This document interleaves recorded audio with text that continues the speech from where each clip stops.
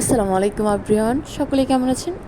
আজকে আমি আপনাদের একটা উপকারী ভিডিও নিয়ে এসেছি আপনাদের জন্য। সেটা হচ্ছে সহজভাবে কিভাবে বাসার তেলাপোকা দূর করা যায় একদম প্রাকৃতিকভাবে, সেটাই আপনাদের সাথে শেয়ার করছি। এই যে বাগানে চলে আসছি, এটা হচ্ছে পোলাও পাতা।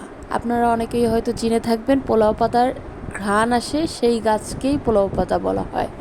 তো হচ্ছে এই যে আমি এই পোলাও পাতার দুইটা ছোট ছোট বাচ্চা নিয়ে নিচ্ছি এবং কিছু পাতা ছিঁড়ে নিচ্ছি, যাতে আমি আপনার এইগুলা ঘরে দিতে পারি। তো আমি একটা ভিডিওর মাধ্যমে এটা দেখছিলাম, এখন আমি জানি না।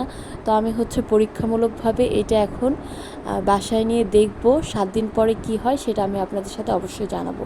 তবে হ্যাঁ, এটা যে আমি এই গাছগুলোই যে রাখছি, আর এইগুলা নিয়ে ওই ভিডিওতে বলা ছিল ছোট ছোট করে কুচি কুচি করে একটা কৌটায় রেখে মুখটা খোলা রাখতে, ঘরের 4 কোণে দেওয়ার জন্য।